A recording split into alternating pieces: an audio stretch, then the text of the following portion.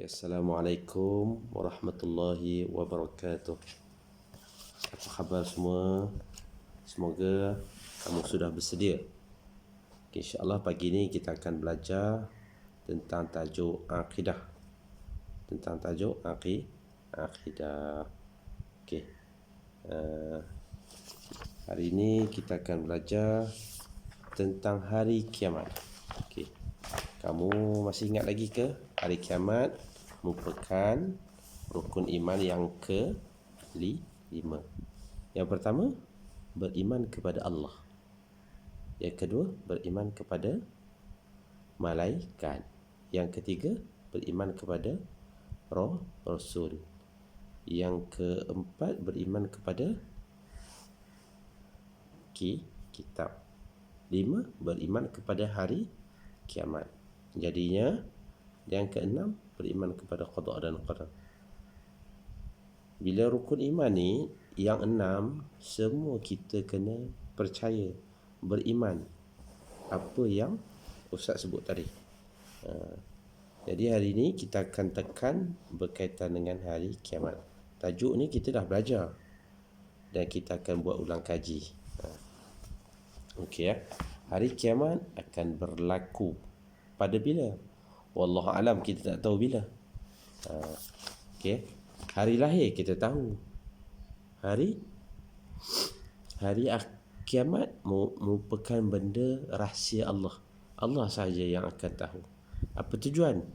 Tujuannya nak bagi tahu kita sebagai manusia ni kena sentiasa bersedia. Bersedia dengan amalan. Okey.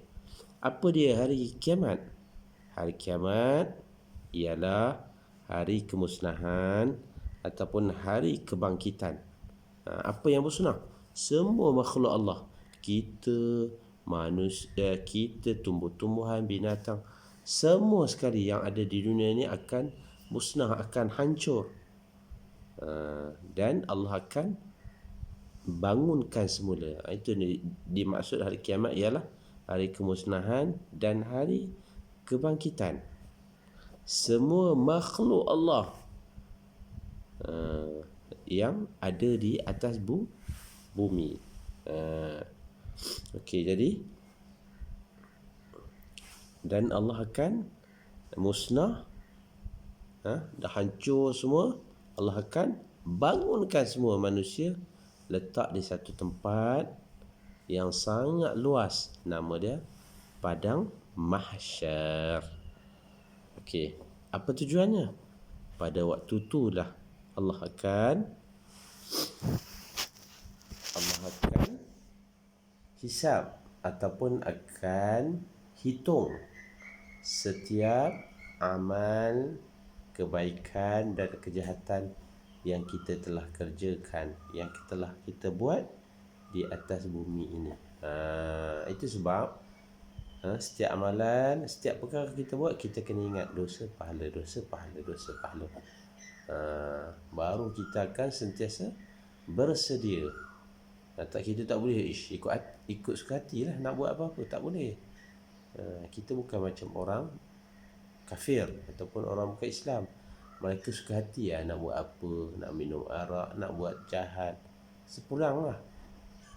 Mereka anggap dunia ni syurga bagi mereka. Tapi kita orang Islam tidak. Kita beriman dunia ini merupakan neraka bagi orang Islam.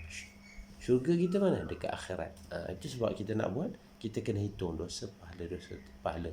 Tak semua benda kita boleh buat ikut suka hati. Okey ya.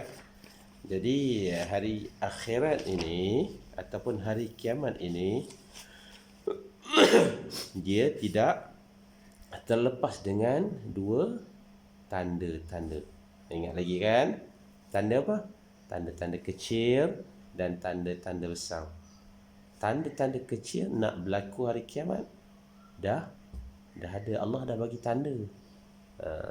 Apa saja akan ada tanda. Ustaz bagi contoh macam hujan. Kalau nak hujan ada tanda tak? Ada.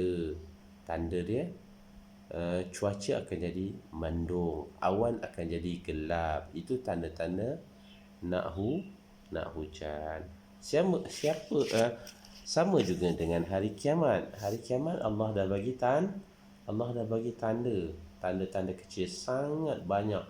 Kalau saya nak sebut hampir dekat 40 tanda-tanda hari kiamat. Tanda-tanda kecil hari kiamat. Tapi kita hanya fokus ataupun kita hanya pelajari tak banyak, dalam 5 ke 6 macam tu lah. Okay, apa antara contoh-contoh dia? Okay, saya rasa dekat nota kamu boleh rujuk muka surat 30. Okay, antara tanda-tanda dia Ustaz akan sebut bangunan ramai negara-negara berlumba-lumba membuat bangunan yang tinggi-tinggi. Itu tanda-tanda kecil. Tanda-tanda kecil. Negara contohnya Malaysia buat tinggi. Lepas tu China lagi buat lagi tinggi. Lagi Arab buat lagi tinggi. Berlumba-lumba nak lawan-lawan. Siapa paling tinggi, paling tinggi. Itu tanda-tanda kecil berlaku hari kiamat.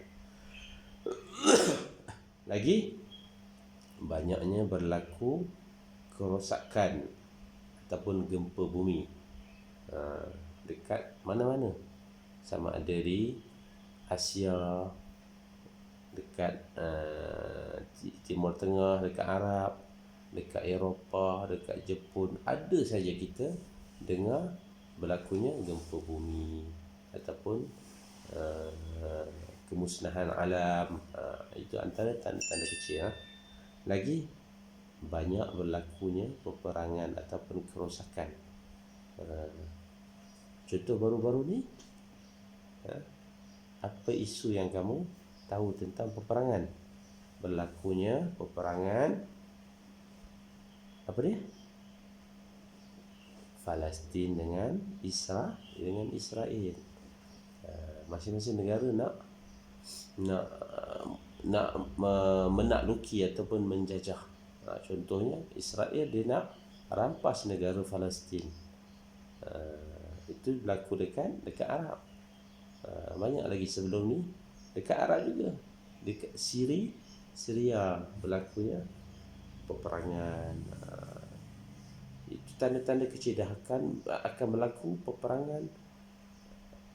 Boleh dikata mungkin setiap tahun ataupun selama beberapa tahun ada lagi berlaku peperangan.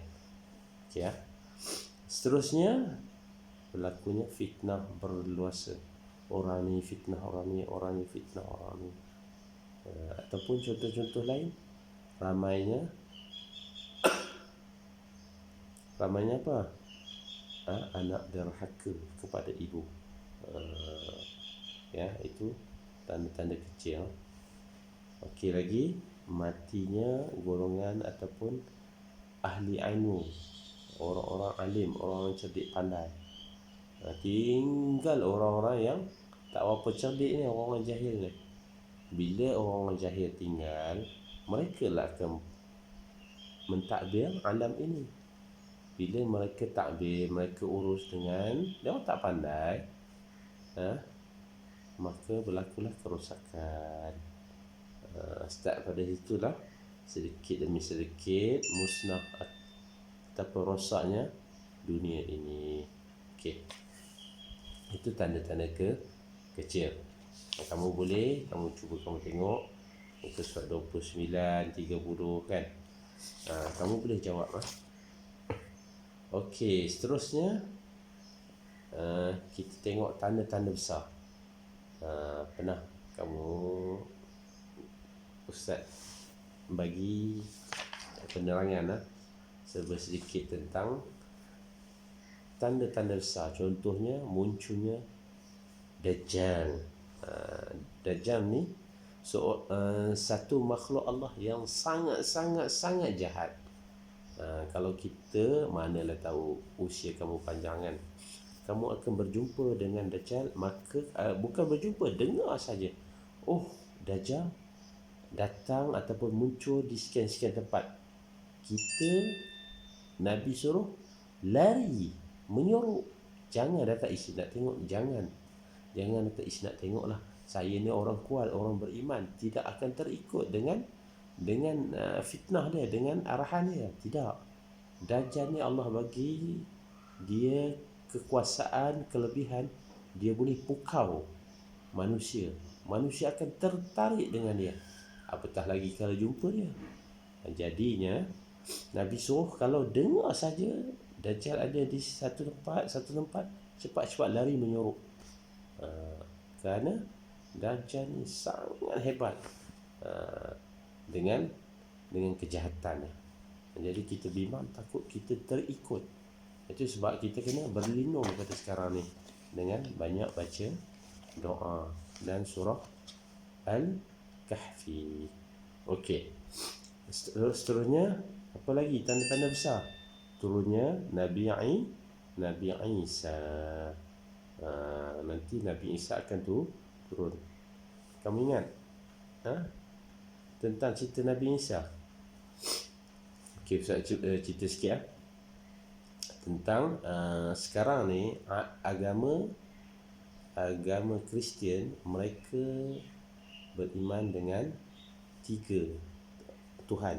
Mereka ni ada 3 Tuhan. Mereka percaya, itu rosaknya mereka. Sepatutnya kita kena ada satu saja Tuhan. Macam kita Allah, mereka ada 3 Tuhan. Tuhan Bapa, Ibu, Anak. Tu panggil Trinity. Jadi salah seorangnya, Tuhan Anak tu namanya Al-Masih ataupun Isa. Dan mereka percaya Nabi Isa mati dan disalib. Itu sebab kita tengok kan, mereka banyak menggunakan simbol salib lah. Simbol salib. Okey, jadi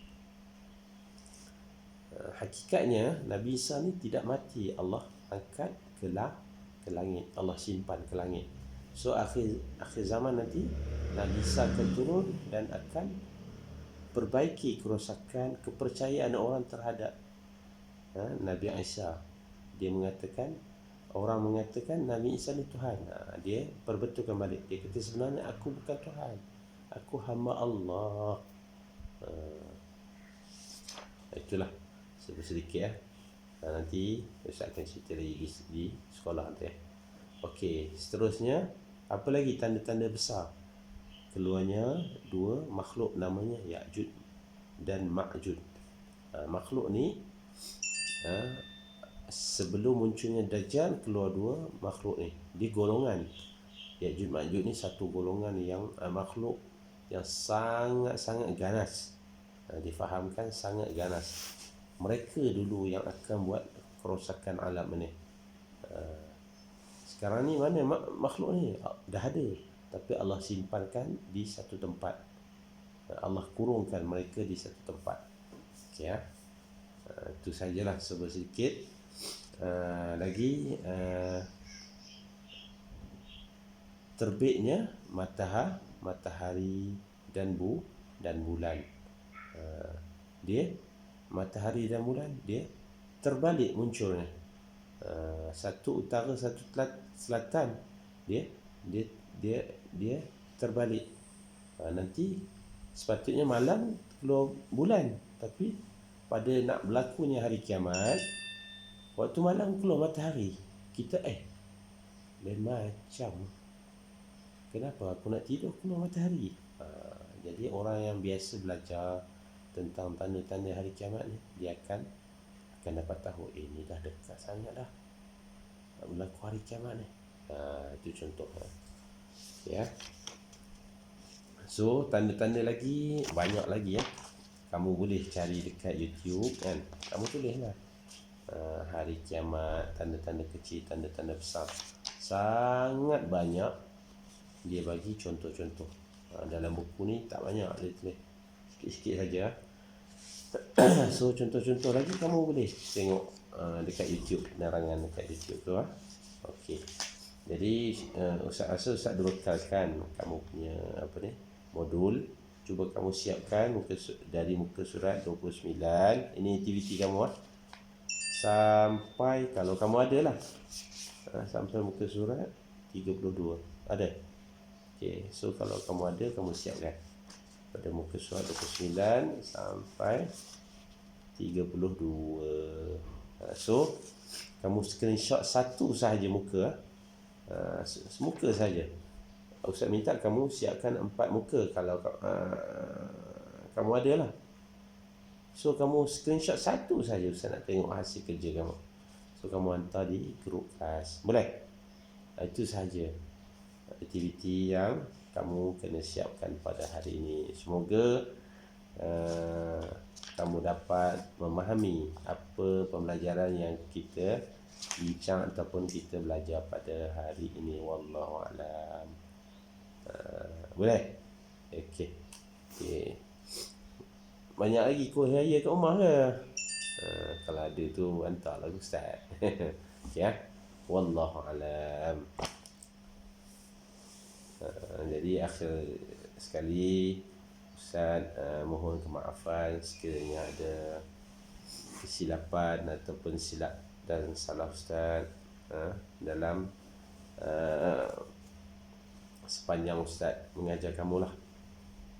InsyaAllah lepas cuti ni kita jumpa lagi. Boleh? Wallahu a'lam. Okey, jangan lupa belajar, lepas tu siapkan tugasan yang diberi. Assalamualaikum warahmatullahi wabarakatuh.